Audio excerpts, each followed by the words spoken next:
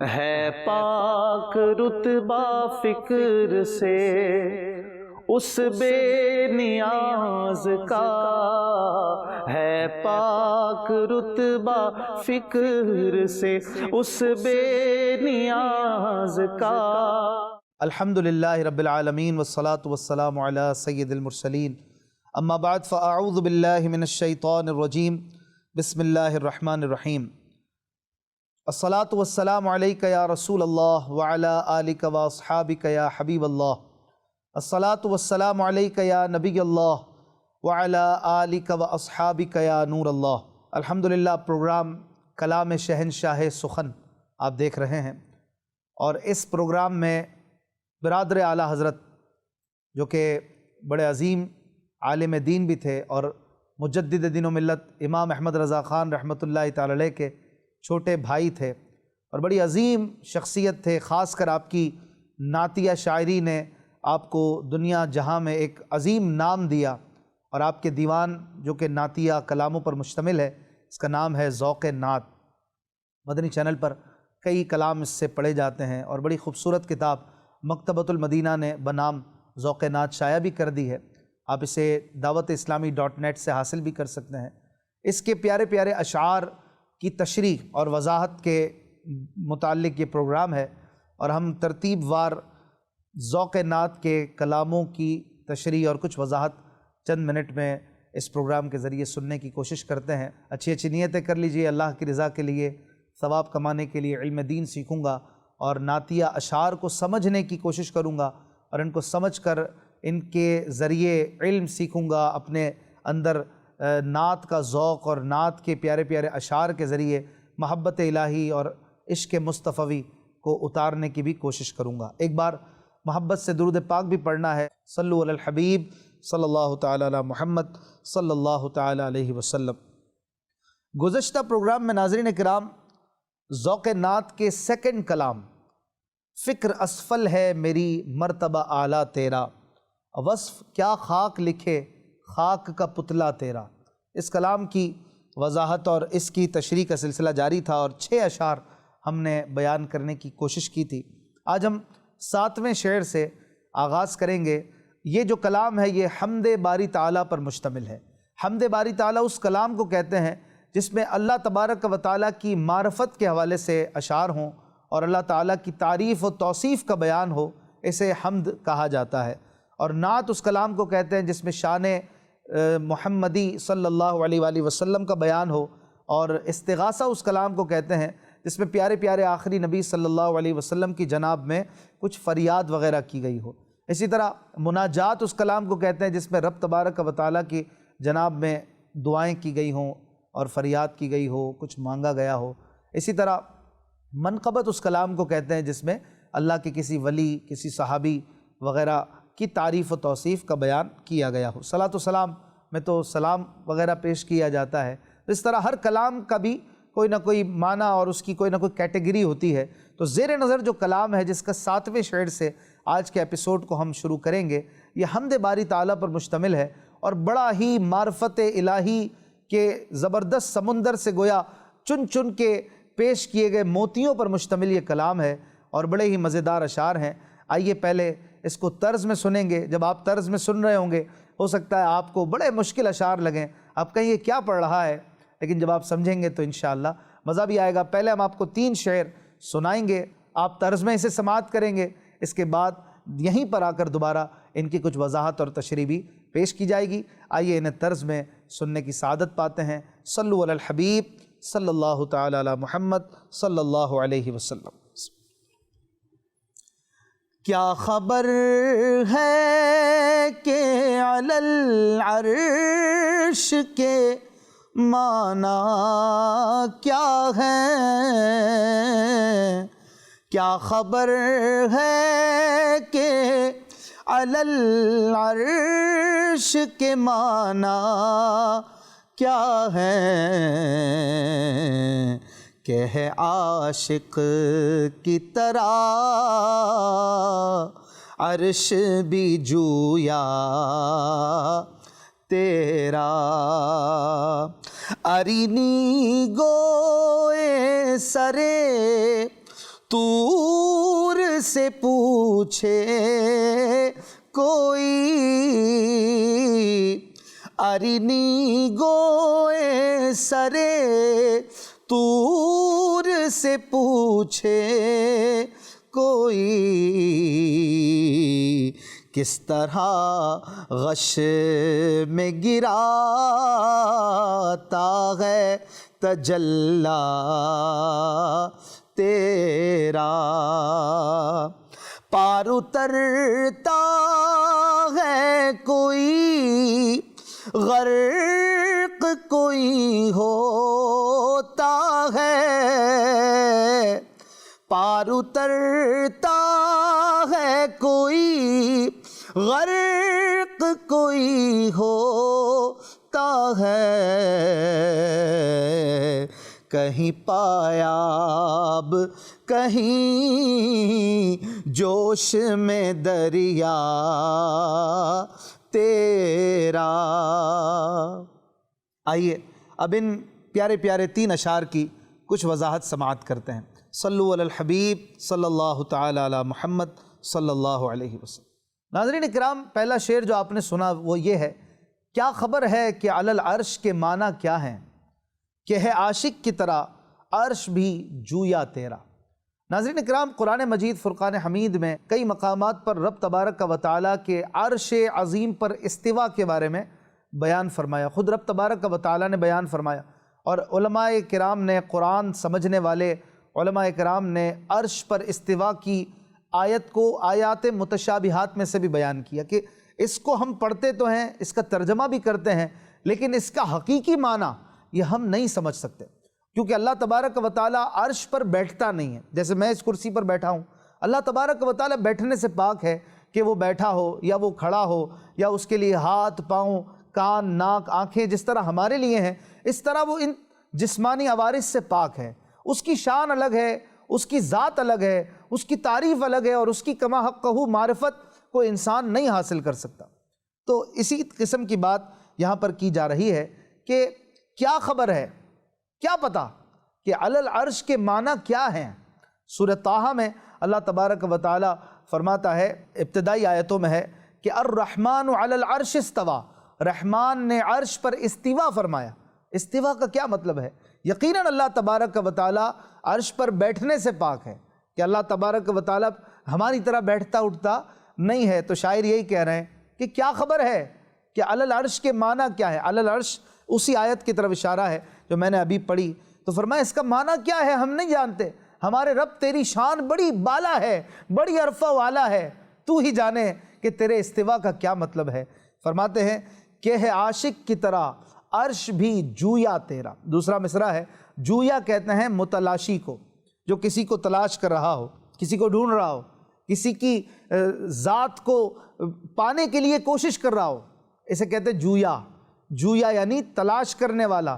تو فرماتے ہیں کہ جس طرح کائنات کا چپا چپا ہے میرے مالک تیرا دیوانہ ہے، تیری محبت تلاش کرتا ہے، تیری چاہت چاہتا ہے، تیری خوشی چاہتا ہے۔ ہم انسان بھی تیری ہی عبادت کے لیے بنائے گئے، اسی طرح آسمان بھی تیرے ہیں، کرسی بھی تیری ہے، عرش بھی تیرا ہے، اور عرش بھی تیرا جویا ہے، تیرا متلاشی ہے کہ تیرے جلوے اسے بھی مل جائیں، وہ بھی تو تجھ سے محبت کرتا ہے۔ گویا یہ سمجھایا جا رہا ہے کہ اے میرے مالک، عرش تو خود تیرا متلاشی ہے، تیرا دیوانہ ہے، تیرے جلووں کا طالب ہے، کہ عرش بھی تیری مخلوق ہے، اور مخلوق اپنے رب کو جانتی ہیں، پہچانتی ہیں، اس کا ذکر کرتی ہیں، اس کی تسبیح کرتی ہیں، اس کی تعریف کرتی ہیں، ہر شے اپنی اپنی نماز پڑھتی ہے۔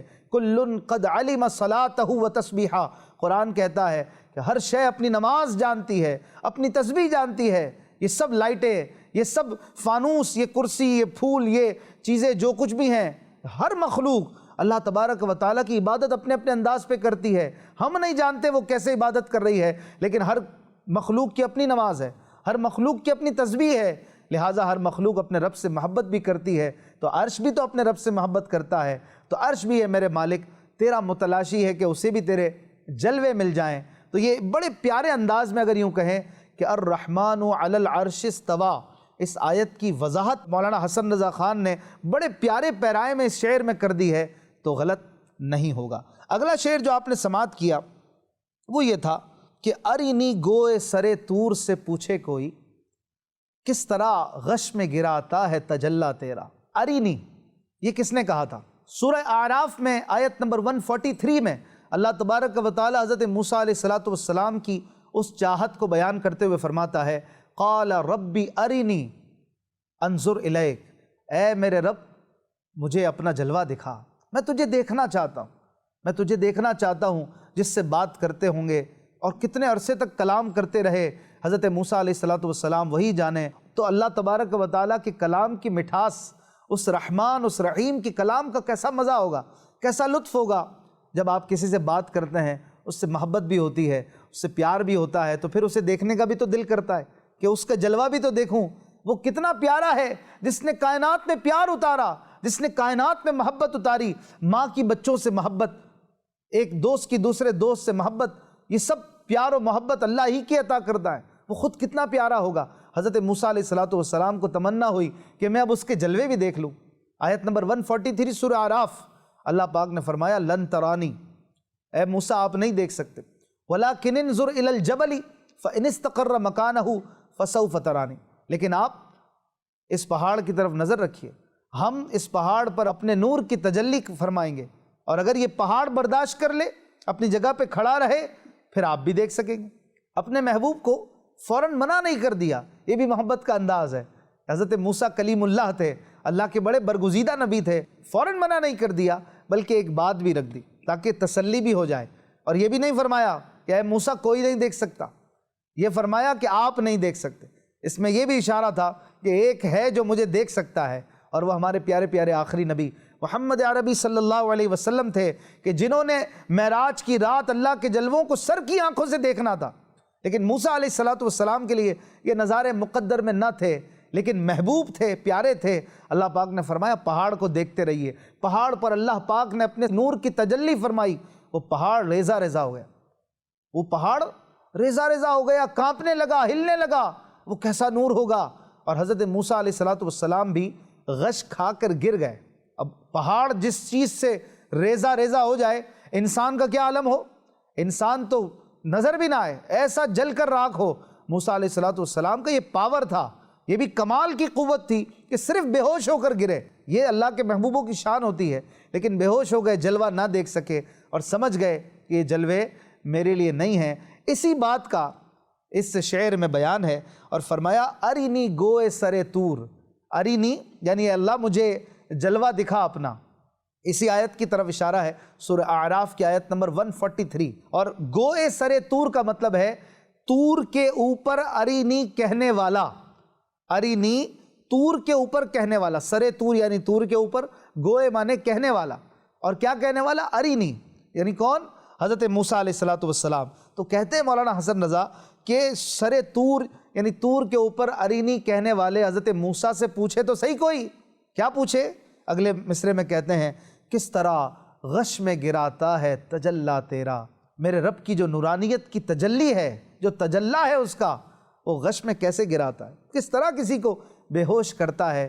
یہ بھی تو حضرت موسیٰ ہی جانتے ہیں، اس بے ہوشی میں بھی کوئی لذت ہوگی، اس گرنے میں بھی مزہ ہوگا۔ حضرت موسیٰ علیہ السلام نے بہرحال کچھ دیکھا تو بے ہوش ہوئے نا، تو دیکھنا تو پایا گیا، اور یہ جس نے دیکھ لیا وہی اس کا لطف جانتا ہے کہ رب کے جلووں کے دیکھنے کا لطف کیا ہوگا۔ سبحان اللہ۔ کہہ رہے ہیں کوئی ان سے پوچھے تو صحیح کس طرح غش میں گراتا ہے تجلی تیرا، تجلی یعنی تجلی، اسی نورانی تجلی کا ذکر ہو رہا ہے۔ اگلا شعر جو آپ نے سنا، پار اترتا ہے کوئی، غرق کوئی ہوتا ہے، کہیں پایاب کہیں جوش میں دریا تیرا۔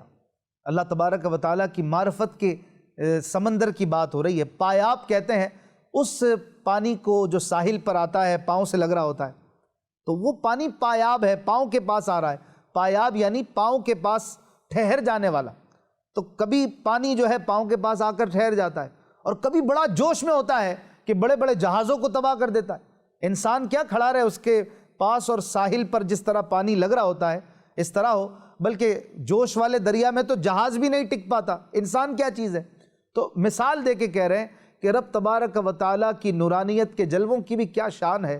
تبارک اللہ شان تیری، تجھی کو زیبا ہے بے نیازی، کہیں تو وہ جوش لن ترانی، کہیں تقاضے وصال کے تھے، نبی کریم صلی اللہ علیہ وسلم کو بلا کر جلوے دکھائے گئے، اور حضرت موسیٰ علیہ السلام کو تمنا کرنے کے باوجود بھی نہ دکھایا گیا۔ تو فرمایا کہ اے میرے مالک، تیری بے نیازی ہے، اس دریائے معرفت میں، اس سمندر میں پار اترتا ہے کوئی، غرق کوئی ہوتا ہے، کوئی پار لگ جاتا ہے، کسی کو جلوے مل جاتے ہیں، اور کوئی غرق ہو جاتا ہے، کوئی گر جاتا ہے۔ اے میرے مالک، کہیں پایاب، کہیں جوش میں دریا تیرا، کسی کے لیے بڑا آسان ہے تیرے جلوے دیکھنا، کہیں بڑا جوش میں ہے، اس کو منع کر دیا گیا، اور حبیب مکرم محمد اعظم صلی اللہ علیہ وسلم کو بلا کر جلوے دکھائے گئے۔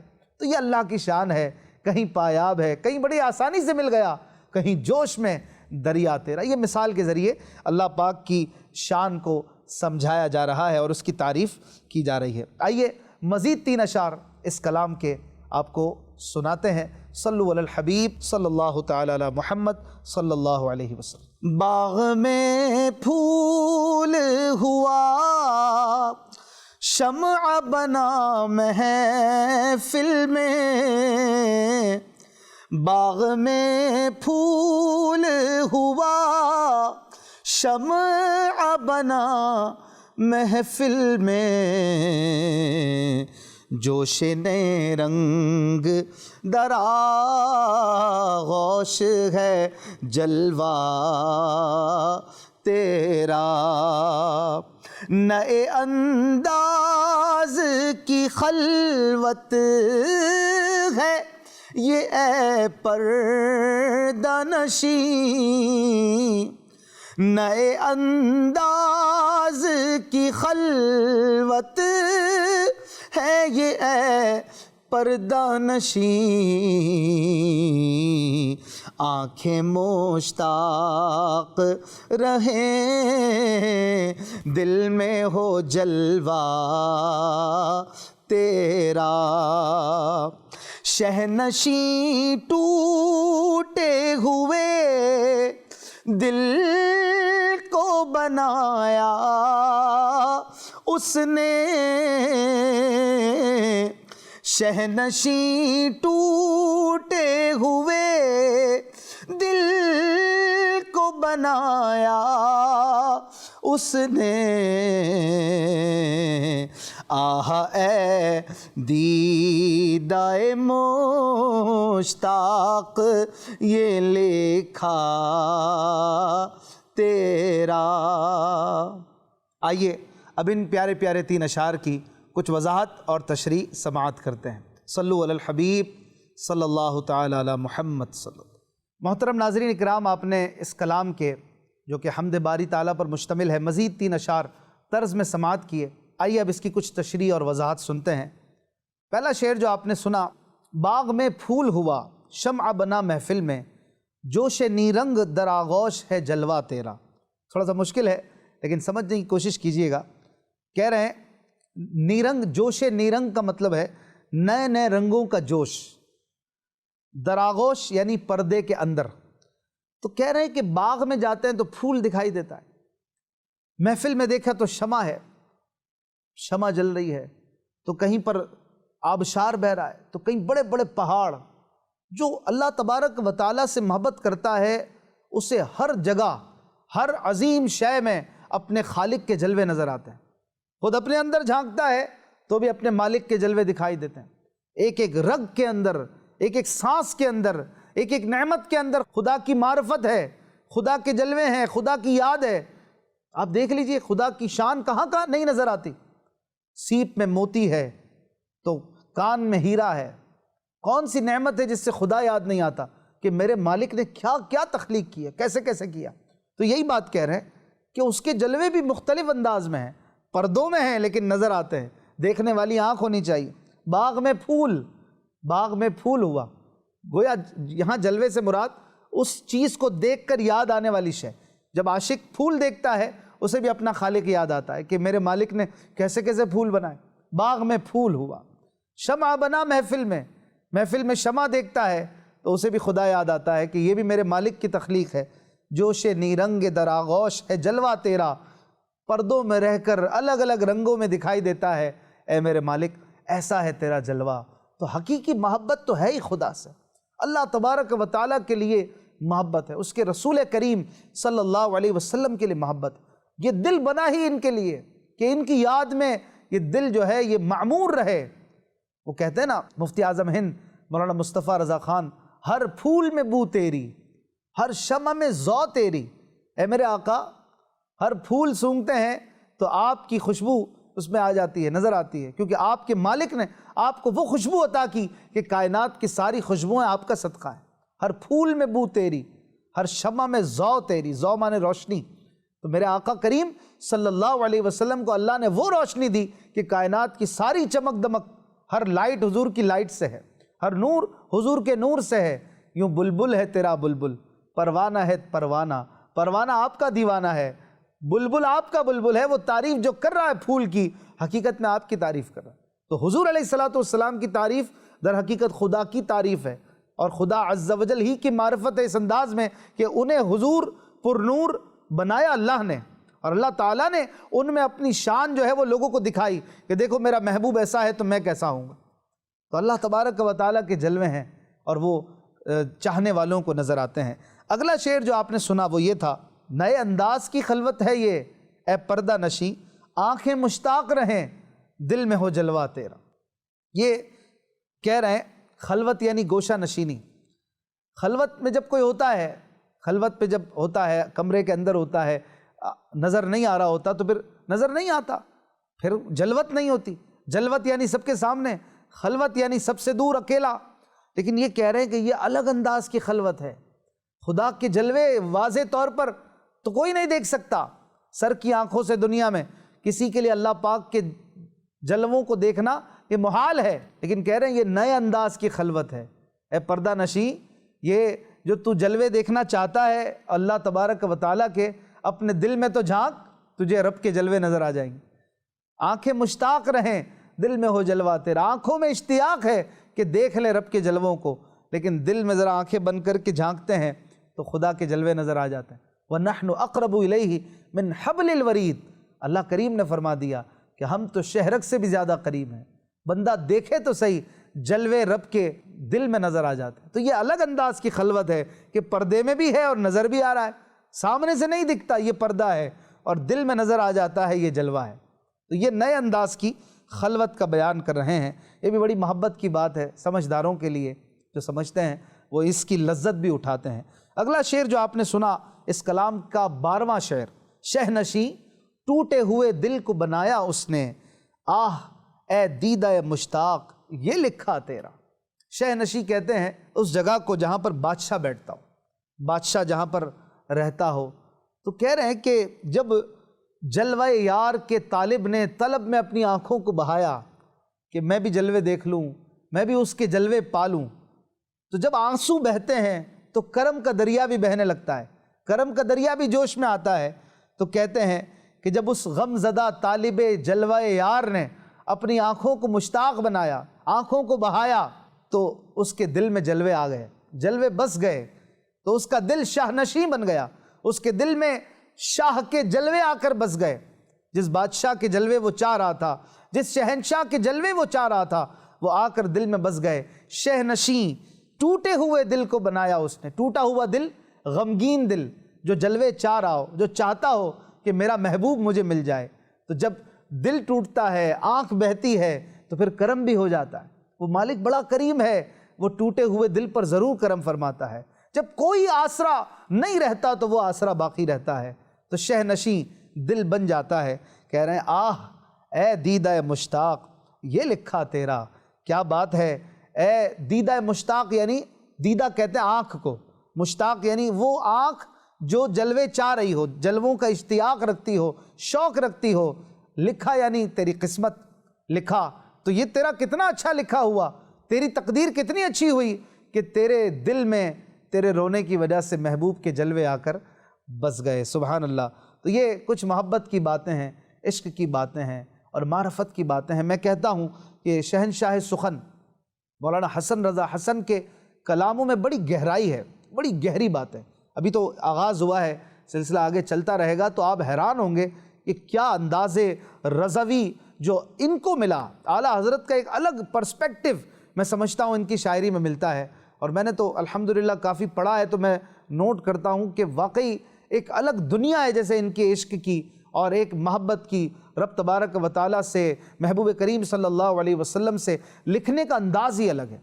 تو آپ جب انشاءاللہ سمجھیں گے ذوق نعت کے اشعار تو بڑا مزہ آئے گا۔ آج ہم نے 6 اشعار آپ کو سمجھانے کی کوشش کی ہے، زندگی رہی تو انشاءاللہ اگلے پروگرام میں اسی کلام فکر اسفل ہے میری، مرتبہ اعلیٰ تیرا، وصف کیا خاک لکھے، خاک کا پتلا تیرا، اس کے 13ویں شعر سے انشاءاللہ آغاز کریں گے۔ اپنا خیال رکھیے گا۔